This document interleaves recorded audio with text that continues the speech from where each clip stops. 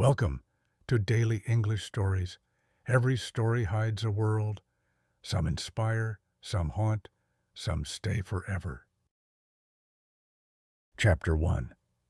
A Life in Silence.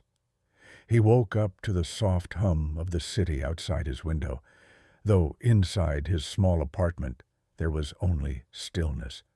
The sunlight slipped through the half-closed curtains, falling across the bare wooden floor. There was a chair, a table, and a bed neatly made, but no sound of another presence. It was a life carefully arranged, yet missing the warmth that makes a house feel alive. Every morning followed the same pattern.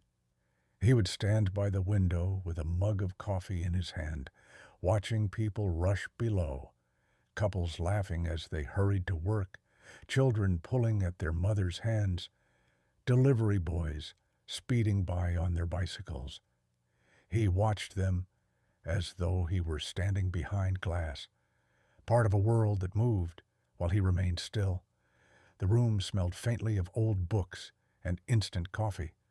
Against one wall was a shelf of novels, all read and reread until the pages had softened. Sometimes he would pick one up, not because he wanted to read, but because holding it made him feel less alone. The clock on the wall ticked steadily, marking time in a room where nothing seemed to change. He cooked his meals in silence, the sound of the knife against the cutting board echoing faintly. Breakfast was always the same: bread, butter, and a boiled egg. He ate slowly, looking across the table at the empty chair opposite him, as though expecting someone who never arrived. It had been years since anyone had. There was a photograph tucked into the corner of his mirror, himself and a woman, both smiling, taken on a sunny day long ago. Sometimes he would look at it too long, his eyes clouding with memories he tried to bury. But he never removed it. It was the only piece of color in an otherwise pale room. The evenings were the hardest. When the city lights flickered on and neighbors' voices drifted through the thin walls, he would sit on his bed and stare at the ceiling. He listened to laughter from the apartment next door, to the footsteps in the hallway, and felt the heavy weight of his own quiet. It was a silence that didn't comfort him. It pressed against his chest like a stone. Yet he endured day after day, keeping his emotions locked away like fragile glass. The world outside went on, and he kept watching, always from a distance. In his heart, there was a question he never said out loud. Will this be my life forever? For now, the answer was hidden somewhere between the tick of the clock and the shadows on the wall. In this life of silence, he had learned to call home. Chapter 2. An Unexpected Encounter. It was late afternoon when he decided to step outside. The air in his apartment felt heavy that day, as if the walls were pressing closer, and so he put on his worn-out coat and began to walk. The city streets hummed with the usual rhythm, cars rushing past, vendors calling out their prices, and somewhere far off, the faint melody of a street musician's violin. He didn't have a destination. His feet carried him through narrow lanes, past rows of shuttered shops and cafes, spilling warm light onto the pavement. Eventually, he found himself at the park near the river, a place he hadn't visited in years. The gate creaked as he pushed it open, and a soft breeze brushed his face, carrying with it the scent of damp earth and fallen leaves. Children ran along the paths, their laughter ringing like tiny bells in the evening air. A young couple sat on a bench, sharing a paper bag of roasted nuts. Old men played chess on the stone tables, their eyes sharp and focused, their wrinkled hands moving the pieces with care.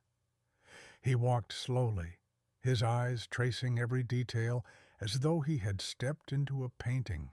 He chose a bench beneath an old oak tree. The leaves above whispered secrets to each other as the wind passed through them. He closed his eyes for a moment, letting the sounds of life surround him, footsteps on gravel, distant conversation, the chirp of a bird preparing for night. For the first time in a long while, he felt as if he wasn't entirely invisible. When he opened his eyes, someone was sitting at the far end of the bench, a woman, perhaps in her 30s, with a scarf wrapped loosely around her neck and a sketchbook resting on her lap. She was drawing quickly, her pencil moving like it had its own heartbeat. He tried not to stare, but something about her calm focus held him still. After a few moments, she looked up and caught his gaze. Instead of turning away, she smiled, a small, gentle smile that felt like sunlight after days of rain. He felt his heart stir in a way it hadn't in years. "You like this place?" she asked softly, her voice carrying the warmth of someone who spoke without expectation. He hesitated, his voice rough from disuse. I used to come here often," he replied, almost surprised by the sound of his own words. She nodded, tucking a loose strand of hair behind her ear. "It's peaceful here. Good for thinking." He didn't know what else to say, but for a few moments it didn't matter. They sat there in companionable silence, sharing the same bench, the same air, the same fading light of the day. Something in him loosened, like a tight knot, beginning to unwind. As the sun dipped low and the park lights flickered on, she closed her sketchbook and stood. "Have a good evening," she said, her smile lingering just long enough to leave an imprint on his heart. He watched her walk away, her figure dissolving into the crowd beyond the gate. For a long while he sat there, feeling the warmth of her brief presence, the echo of her voice, the softness of her smile. For the first time in years, his chest felt lighter. It was such a small thing, a few words, a simple smile, but it felt like the world had cracked open just enough to let a little light in. Chapter 3. A Spark of Hope. The streets were darker now, washed in the orange glow of scattered streetlights. He stepped out of the park's gate and began the walk home, the evening air cool against his face. A thin drizzle had started to fall, light enough to feel like mist, soft enough to be almost comforting. He didn't hurry. For once, there was no weight pressing him forward, no reason to rush back to the silence of his apartment. As he walked, the drizzle thickened. Raindrops clung to his coat, speckled his hair, and blurred the edges of the shop signs. People around him opened umbrellas and ducked into doorways, but he kept moving, hands in his pockets, head slightly bowed, feeling the rain soak slowly into the fabric of his sleeves. The city was alive in a different way now. Car tires hissed against wet asphalt, neon signs reflected in the puddles, and somewhere a distant horn sounded, muffled by the rain. He felt each sound as though the world had softened its edges just for him. And then, as he crossed a quiet side street, her smile came back to him, clear and warm, like a candle flickering in the dark. He stopped for a moment, letting the memory settle. That simple exchange, those few gentle words, had stirred something deep inside him. He thought of her sitting there with her sketchbook, calm and present, in a way he hadn't been for himself in years. The thought wrapped around him like the rain itself, cool and strangely healing.